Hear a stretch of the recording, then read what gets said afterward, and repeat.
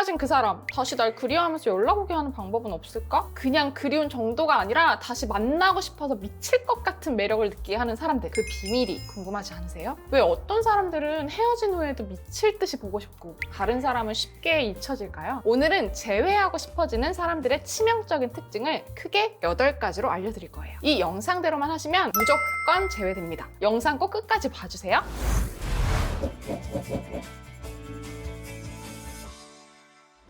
첫 번째, 자기 성찰과 성장이 보일 때. 가끔 이런 분들 있어요. 헤어질 때 자기 마음 거절했다고 함부로 대하고 욕해놓고서는 뻔뻔하게 아무렇지 않게 잘 지내? 자니? 이러시는 분들이 있거든요. 완전 어이없죠. 우리가 관계를 정리하고 끝낸 이유가 있잖아요. 그런데 그 이유에 대해서는 하나도 수습도 하지 않고 아무렇지 않게 연락을 한다? 이렇게 경 없을 수가 있나? 이미 관계가 한번 깨어졌다는 거는 그 관계에서 치명적이고 불편한 이유가 있었다는 거죠. 그 관계를 굳이 이어갈 만한 문제가 있었다는 거예요. 우리가 다시 관계를 이어나가고 재회를 원한다면 최소한 그 문제는 더 이상 없거나 해결이 되어야 되잖아요. 제가 항상 강조하는 게 재회를 하기 위해서는 기술과 전략, 멘트 따위가 중요한 게 아니라 과거의 이별의 원인이 된 여러분들의 진짜 문제, 그 관계에서의 진짜 원인을 반드시 해결해야 된다는 거예요. 여러분들이 아무리 좋은 기술과 전략, 멘트로 그 사람에게 다가가서 그럴듯하게 연극해서 꾸며가지고 그 사람을 속여서 재회에 성공을 해도 어차피 관계를 유지하는 과정에서 그 문제 무조건 다시 튀어나옵니다. 그래서 재회를 하고 싶다면 이별의 원인을 충분히 성찰하고 그 부분을 해결해서 상대방에게 이전과는 다른 긍정적인 변화를 느끼게 해줘야 돼요. 그래야 상대방이 이 관계에서 희망을 느낍니다. 미련과 정이 조금이라도 남아있는 상태라면 고민할 여지가 훨씬 더 높아지죠. 왜? 더 이상 내가 이 관계에서 지치고 힘들 필요가 없으니까요. 두 번째, 헤어진 사이라고 불편하지 않을 때. 한 번 깨어진 관계는 일단 불편합니다. 그리고 그 불편한 마음 때문에 우리가 괜히 꼬장을 부리기도 하고 비난을 하기도 하고 복수를 하는 사람들도 있단 말이에요. 공백기를 두고 다시 연락을 했는데도 이전처럼 집착을 하고 기프티콘을 보내면서 상대방을 존중하지 않는 모습을 보이시는 분들이 있어요. 내 감정만 생각하는 거죠. 내가 이 사람이 그리웠던 감정, 이 사람과 빨리 재회하고 싶은 그 감정만 앞서서 상대방을 불편하게 하는 사람들이 있거든요. 재회를 다시 하고 싶다면 일단은 감정 컨트롤부터 잘해야 돼요. 아무래도 우리가 재회 연락을 시도하다 보면은 상대방의 작은 단서, 작은 반응, 작은 말 한마디에도 의미 부여를 하면서 이 사람이 혹시 불편한 거 아니야? 나 보기 싫어하는 거 아니야? 내가 싫어서 답장이 늦나? 5만 가지 생각을 하면서 의미 부여하고 불안해하기도 하는데 그런 거에 하나도 휘둘리지 않을 정도로 단단하고 높은 프레임과 멘탈을 갖추셔야 됩니다. 그런 모습을 보이는 순간 상대방도 덩달아 불편해지고 나의 불안과 나의 조급함이 고스란히 전달이 되기 때문에 상대방에게 이 작은 연락부터 큰 부담으로 다가갈 수 있어요. 그래서 제가 항상 강조드리는 게 재회를 할 때 이전 연애의 스탠스와 이전 연인의 분위기로 다가가는 게 아니라 처음에는 썸 타듯이 친구처럼 편안하고 자연스럽게 다가가고 0부터 시작한다는 마음으로 차근차근 관계를 쌓아나가야 된다는 거예요. 세 번째, 자신만의 삶을 충실히 살아갈 때. 그런 적 있지 않아요? 어떤 사람이 나 좋다고 엄청 따라다녔어. 그런데 내가 거절을 했어. 그리고 잊고 지냈는데 우연히 SNS나 이 사람을 어떤 장소에서 봤는데 너무 행복하게 잘 사는 거예요. 그 모습을 보는 순간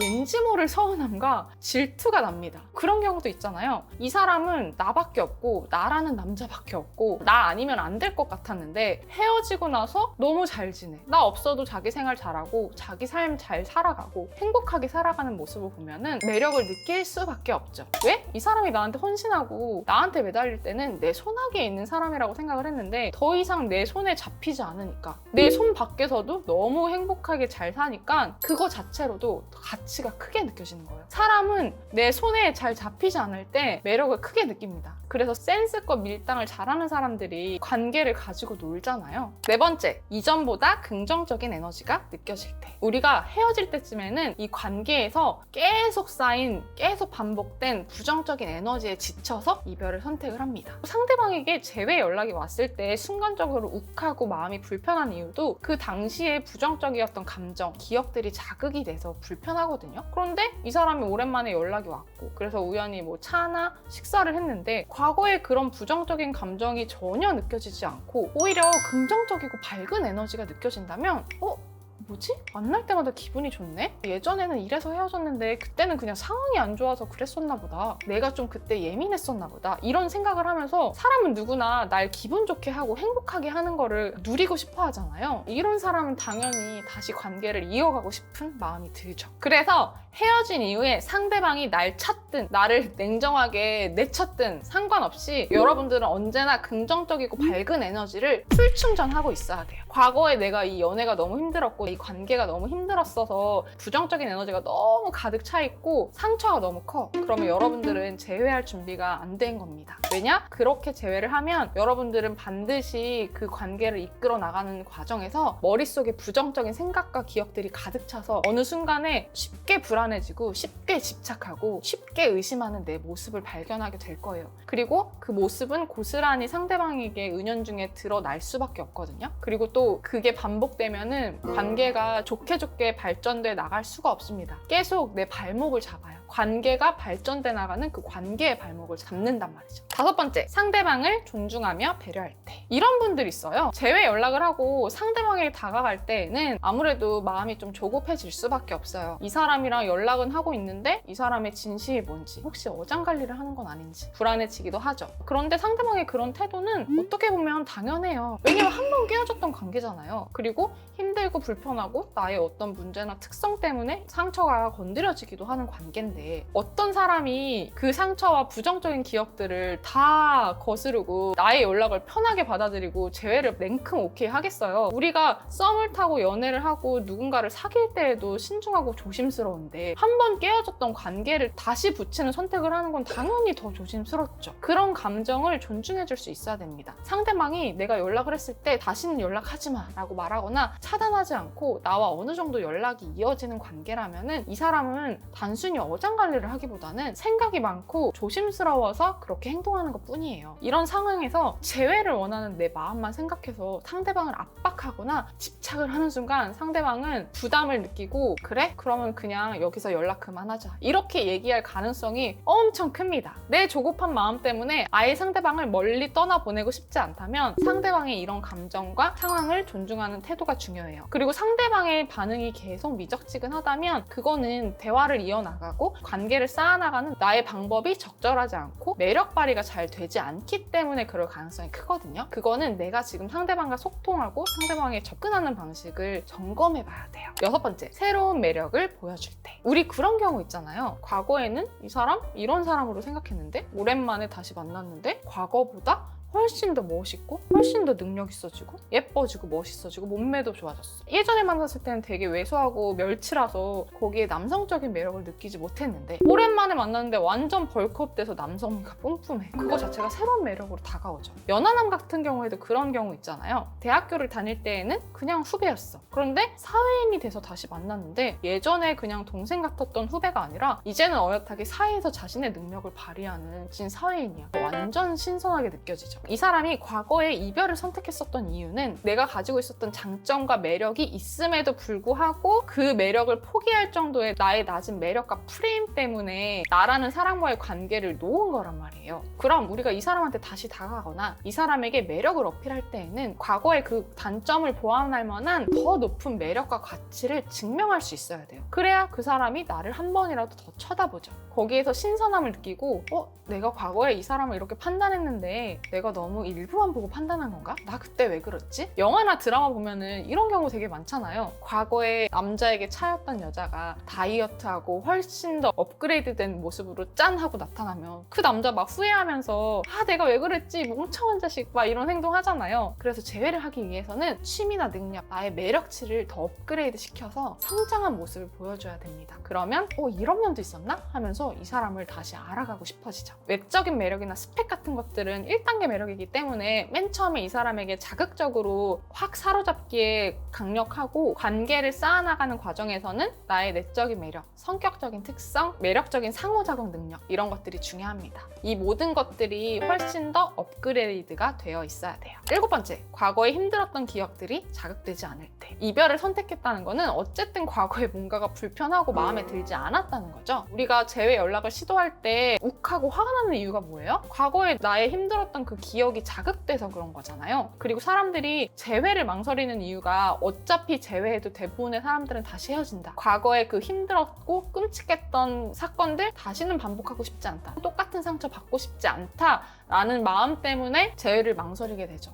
우리가 공백기를 두는 이유가 이 사람이 그 공백기 동안 과거의 나의 부정적인 이미지, 부정적인 기억 같은 것들을 완화시키고 기억을 미화시키기 위해서 공백기를 두는 거잖아요. 예를 들어서 내가 정말 싫어하는 사람이 있어. 그 사람 정말 너무너무 싫은데 6개월 뒤에 오랜만에 이 사람 봤어? 그러면은 그 예전만큼 그렇게 죽일 듯이 싫지는 않거든요. 예전보다는 조금 더 감정이 사그라들어 있습니다. 그런데 싫어하는 사람을 매일매일 마주치면 점점 더 꼴보기가 싫어지죠. 그래서 우리가 공백기를 두는 건데 이 공백기가 사실 쉽지 않아요. 왜냐면 공백기 동안 이 사람이랑 연락도 못해. 소통도 못해. 그리고 공백기를 둔다고 해서 재회가 된다는 보장도 없어. 이런 불확실성 때문에 많이 힘들어하죠. 그런데 많은 분들이 이런 실수를 해요. 이렇게 힘들게 공백기를 보내고 존버를 해놓고서는 다시 연락을 했을 때 과거에 그 힘들었던 기억들을 자극하는 말을 꺼내는 거예요. 우리 과거에 헤어질 당시의 얘기. 나 사실은 이런 것 때문에 좀 힘들었다. 내 과거의 상처 얘기. 우리가 다퉜던 얘기. 이런 얘기들을 굳이 꺼내가지고 공백기의 그 존버 기간을 통째로 날려버리시는 분들이 있습니다. 공백기 기간 동안에 과거의 부정적인 기억들이 겨우 사그라들었는데 왜 그거를 다시 소환해 오냐고요. 재회라는 거는 어떻게 보면은 마이너스의 관계에서 시작된 거예요. 한 번 깨졌던 관계고 이미 둘 사이에 아픔과 상처가 있기 때문에 새로운 이성을 0에서 시작을 한다면 재회는 마이너스에서 시작하는 관계란 말이에요. 이 마이너스가 되는 경험과 감정들을 굳이 소환해서 진짜 제대로 마이너스에서 시작할 필요가 없잖아요. 우리가 필요한 거는 조금이라도 0에서 시작할 수 있게 해야 돼요. 내가 자꾸 이 사람한테 과거의 상처나 갈등에 대한 이야기를 하고 싶은 마음이 막 계속 올라온다? 그러면 여러분들은 아직 재회할 준비가 안 된 겁니다.